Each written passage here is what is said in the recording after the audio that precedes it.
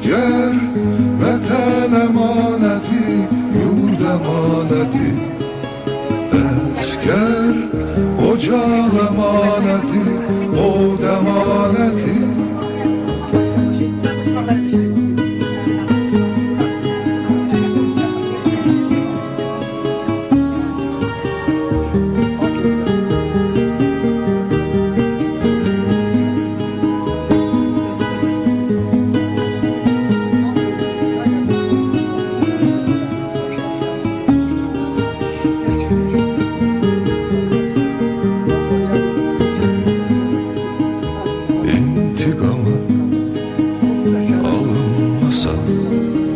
Allah bütün ölenlerinize rahmet eylesin. Allah İmam Hüseyin hatime, elə o imamların şəhid adıyla bunlar da onların yanında olsunlar. Amin. Sağ olun.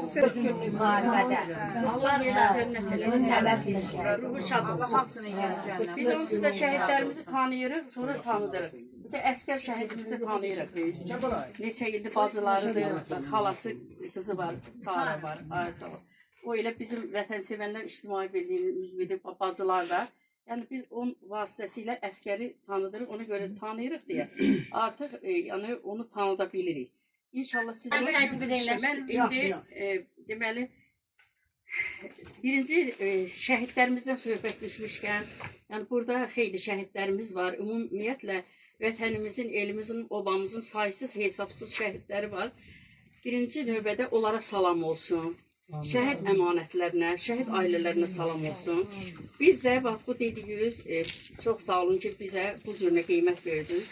Vətən sevənlər İctimai Birliyi olaraq bu İctimai Birliyi yaratdıq ki, bax sizin kimi insanların yanında biz həmişə ürəklə olaq. Şəhidlərimizi tanıyaq və tanıdaq. Ona görə də biz gəlmişik bugün Məmmədov Əskər İsmailoğlu'nun ziyarətini deyib gəlmişik və burada olan bütün şəhidlərimizi ziyarət edəcəyik. Mən Surə Məmmədova şəhidlərimizi çox sevirəm və mənimlə bir yerdə olan şəhidlərimin ailələri var. Bax Gülnar ana 15 yaşlı şəhidin anasıdır. Ağatlı oğlan kinosu bəlkə keçmiş yadınıza gələr. Həmin oğlanın anası bax bu Gülnar anadır. Qaçıb 15 yaşlı qaçıb gedib cəbhəyə əmilərinin yanına. Və orada, yəni o vətən sevgisi o qədər ürəyində böyük olub ki, orada da şəhid oldu. Deməli, bir nənənin 4 nəvəsi şəhid oldu və gəldi 92-ci ildə. Gündə gəliblər. Sonra Yaşar Seyidovun bacısı, bax buradadır. O da 94-cü ilin şəhididir. Onun qardaşı Yaşar Həkimoğlu Seyidov. O da Kürdəmir rayonundan gedib, Füzuli uğrunda gedən döyüşlərdə qəhrəmancasında şəhid olub. Erməniyə qan oturan bir oğlu. Yəni Gülnar ananın da oğlu Ağdam istiqamətində, Ağdərə istiqamətində gedən döyüşlərdə, Çaylı kəndində şəhid olub. Və bizim əskər balamız da Ağdam rayonunda, Dərbənd kəndində şəhid olub. Ruhları şad olsun. Doğrudan müqəddəs borcumuz belə anaları, belə oğulları yaşadan və bizim təqdimatımız olacaq və təqdimatdan sonra şəhid Gülnar anamıza, Vəfa bacımıza və